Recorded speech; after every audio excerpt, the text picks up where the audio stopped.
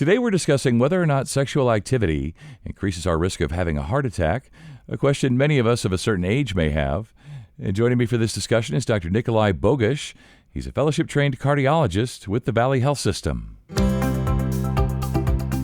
Welcome to Conversations Like No Other, presented by Valley Health System in Ridgewood, New Jersey. Our podcast goes beyond broad everyday health topics to discuss very real and very specific subjects impacting men, women, and children. We think you'll enjoy our fresh take. I'm Scott Webb. Doctor, thanks so much for your time today. We're going to talk about heart attacks and sex and whether or not there's a correlation or not. So let's start there. What are the chances of having a heart attack while having sex? In general, it's hard to quantify such things because heart attacks can happen to anybody at any time. In general, the way I look at it is that sex, just like any physical exertion, increases the oxygen demand on your heart. So your heart has to be able to accommodate increased workload. So really, the chance of that you having a heart attack during sex is that would be equal to you when you go out for a walk or if you go for a hike. The chances are the same. So it really comes down to what pre-existing heart conditions you have and how much can you exercise. In general, the rule of thumb is the more you could do physical activity, meaning go out, walk, go up flights of stairs, the better you're able to handle the increased exertion of sex and or any really exertion. And you should be able to withstand and accommodate that increase in blood flow to your penis or whatever else it goes into a time of intercourse. Yeah, I see what you mean. Like, so exertion in general, if you're up for going for a walk, then maybe this shouldn't, put any more stress on you than something else like that, going upstairs, whatever it might be. Maybe you could just take us through just some of the basics here. What happens during a heart attack? So in general, during a heart attack, there's multiple different kinds. The most common one we usually worry about is when you have just a sudden rupture of plaque. So you inside your blood vessels, think of it as a pipe. You have plaque there, which unfortunately builds up with aging or also with risk factors. If it bursts all of a sudden, because plaque by its very nature is not very stable. I think a good analogy would be like when you have a pipe and then you have some rust forming. The rust is not supposed to be there, but when it gets there, it causes the overall structure of the pipe to be weakened. Same thing happens with the plaque and blood vessels. So plaque by itself is very weak. So with time, if it ruptures, it could cause just a sudden decrease in blood flow to your heart, which could cause a heart attack. In general, when it comes to having intercourse or sex, there is an increased amount of stress on your heart because your heart has to be able to pump more blood to your penis to maintain an erection. And that increased workload is what actually increases the chance of potentially having a plaque rupture, which is very similar to the risk of having heart attack doing exertion, doing hikes, walks, or etc. The other thing I do want to mention is I think we get asked very commonly is about what about medications like Viagra? The one thing I do want to kind of preface is that it all depends on what medications you're taking because there's a lot of drug interaction. So if you are on medication specifically for your heart or if you have a history of having heart attacks specifically, you should definitely consult somebody just to make sure that medications you're taking don't interact with Viagra and or anything else you could get over the counter or from things like Hims and hers.com. All these things do have interactions and they could potentially be deadly if you don't sit down and do the due diligence to make sure there's no harmful interactions between the medications. And actually, it also goes into supplements. So there's a lot of supplements available online you could get that say, hey, improve your sex life, improve your longevity, whatever else. All these things also have active ingredients in them which could interact with each other. So before taking any of those and trying to mix medications, I think getting somebody to take a look into the actual ingredients of everything you're taking, even if it's a supplement, to make sure that they don't interact in a harmful way to you. Yeah, that's great advice from an expert, of course. And when in doubt, folks should obviously speak with their providers or specialists. I'm just wondering, you're talking about, gave us the analogy there, of the pipe and the rust and all that. What are their sort of common symptoms of heart disease? Like, how do we know if we have heart disease or do we? That's a $1 million question just because there's no one specific thing. We have plenty of research that says there's no one specific symptom which is tells you, oh, this is from your heart. In general, your chest cavity, your chest in general has so many different organs in it, and all the pain could feel very similar. Whether it's your chest, whether it's your skin, whether it's your pectoralis muscle, whether it's your ribs, your lungs, your heart, or your esophagus, which goes right through where you're right behind your heart. All these things will cause chest pain. And really, what we start to worry about is when people have symptoms with exertion. Is that like a rule? No, it's not a definitive. It's more so the most common thing we usually worry about is when these things happen with exertion. But they could also Sure. chest pain could happen at rest and be from heart as well. So really, there's two ways of getting a heart attack. One is when you have slow buildup of plaque, which usually people's first symptoms usually with exertion. So being able to keep track of how much you're doing physically in an objective way. For example, measuring how much does it take me to walk a mile? And if you know a year ago it took you 10 minutes to walk a mile, now it takes you 15 minutes, something's changed. So I think things like that changes, and your exercise tolerance is a good way to kind of measure to see how healthy is your heart and how it's able to handle exertion.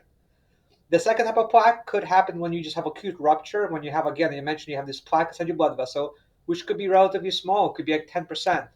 Then all of a sudden, because of stress, just because of events, sometimes we can't even predict whether it's inflammatory events, whether there's genetics, it could rupture. And that could cause a heart attack out of nowhere. And it just could cause chest pain.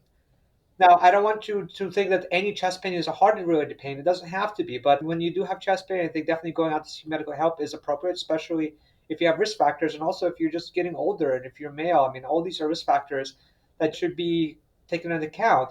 I think in general, as society, we are doing better because the amount of heart attacks we're seeing in emergency rooms is decreasing. I think part of that is because people are just becoming more attuned to their bodies and attuned also to when they have their chest pain or discomfort, they feel more comfortable bringing it up with their doctors and actually saying, "Hey, I have this." And then we just do a better job of screening and actually looking at each individual person to see, well, what risk factors do you have, and what can we do to lower your risk of heart disease? Because Yeah, even now, if you look at the overall mortality rate in America or really anywhere in the world, the most common cause of death is still cardiovascular disease. So whatever we could do to try to lower any individual's risk of heart disease, I think that's should give them a chance to live as long as they possibly can. for sure. Yeah, and you mentioned males there. If someone is a male, and I am, and I'm in my mid 50s, so you perked up my ears a little bit. Are men at greater risk for heart attacks than women, or is it roughly 50-50? So unfortunately, men are at higher risk. One of the things we always tell patients and we always taught in cardiology is that men tend to get heart disease way earlier than women. Average age for a man to get heart disease is probably their mid 50s, while for a woman it's in their 60s. So women, there is a genetically protective component, which is it's partly due to hormones, but partly due to in general the genetics of a woman, how they handle stress. So men are at higher risk. Okay. But the unfortunate side for women, women are more likely to be misdiagnosed because women's symptoms are more atypical. So women could present with things like nausea or vomiting instead of chest pain, which then sometimes leads to delay in diagnosis and which could lead to worse outcomes. So I guess to answer the questions, men are more likely to have heart disease and have it occur at a younger age, but women are more likely to be missed just because they have more unusual or atypical symptoms. Yeah, I've heard that it's generally more subtle, right? Yeah, it can be. The problem with in general, chest pain is very common. Now, trying to figure out what is this chest pain concerning or not, that's really when you got to talk to an expert because there's no one symptom or one sign that tells you this is heart or not, which we come back to. In general, I see a lot of patients will come in with chest pain and don't have heart disease, but I still applaud them for coming in because you don't know until you go in and you ask and you do certain testing to make sure your cholesterol is fine, you have no signs of blockages, what your exercise tolerance is. So all these things really come back that yes, a lot of chest pain is not from the heart, but you don't want to be the one person who misses it because that could really affect your quality of life and longevity. Because in general, it's always better to be preventing heart disease and treating it after the fact. Because unfortunately, just like your brain, your heart is not able to regenerate at all. So once there's injury and the heart cells die, there's no coming back. So that's why I think in general, when if you have chest pain and you're not sure because you haven't went to medical school and you don't want to use Google MD as your primary diagnostic tool, I think coming in, just talking and getting in just a screening to say, hey, this is what's going on. Is this normal or not? And if this keeps happening or changing, come in again. There's no harm in coming in and just being seen to make sure everything's okay. Because again, even if 100 people come in, if you save 5 people from getting a heart attack, that's amazing. And second of all, the people that do come in, maybe they don't have the symptoms of heart disease, but they could be at higher risk. They're just not sure about it. And now, more than ever, we have a lot of testing. We have even just a lot of information, a lot of family history information that could be derived and can tell what's your risk in general.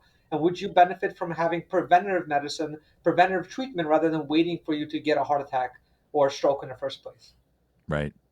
Yeah, and I know the old saying, time is heart, time is brain. So when it comes to stroke, right, time is of the essence. Getting to the emergency department, same thing with heart. Time is hard, as you say.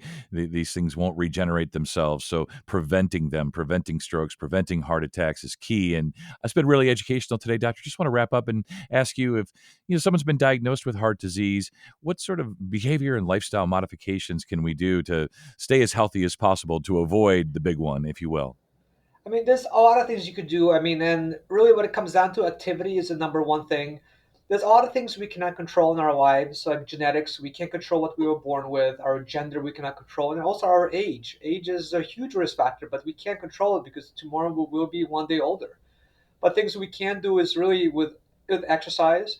In general, everybody gets sick at some point, but our ability to exercise is a way to kind of measure our cardiovascular reserve, if you will. The more we're able to walk, the more we're able to do, really, the more we're able to get our heart rate up, right? Walking by itself could be considered exercise, but not necessarily. If you're walking at a very leisurely pace, it's not really exercise because your heart rate doesn't get high enough. But if you're able to walk more and actually take an effort to take the stairs, go up an incline specifically to get your heart rate up, that will be protective. And the second thing is really just trying to eat as best as you can. I am a very big proponent of making changes which are sustainable. I don't expect people to eat every single meal of just broccoli and carrots. But if you could try to incorporate in one meal a day with having mostly vegetables versus like having rice, carbs, or protein, that's a start. And making these small changes over the course of your lifetime could make way bigger impact than doing like a diet for 3 months, eating well for 3 months, but then just saying I can't do it anymore. Yeah, one of those fad diets or something like that. Yeah. Well, as I said, this has been really educational today. We always just want to help folks and encourage them that any signs, symptoms, concerns, speak with their own providers, be referred if they need to be. So thank you so much for your time, and you stay well. And the only other thing I would definitely want to kind of reiterate is that if you're not sure, just always ask. Don't feel, oh, am I wasting people's time and energy? The answer is no, because heart disease could happen to anybody, and even very young people and older people. So if you just have a question, just go in and ask. And don't feel silly about it that you're young and otherwise healthy. If you're not sure, I think that's what we're here for. It's just to make sure you're doing okay and making sure we set you on the right track to hopefully live as long as you can and have the best quality of life possible. Yeah, that's perfect. Well, thanks again. I really appreciate it. All right, thank you. For more information about cardiology services at Valley, please visit valleyhealth.com/heart or call 1-800-VALLEY-1. That's 1-800-825-5391 to schedule an appointment. And if you found this podcast helpful, please share on your socials and check out our entire podcast library for topics of interest to you. And thanks for listening to Conversations Like No Other, presented by Valley Health System in Ridgewood, New Jersey. For more information on today's topic or to be connected with today's guest, please call 201-291-6090 or email valleypodcast@valleyhealth.com. I'm Scott Webb. Stay well.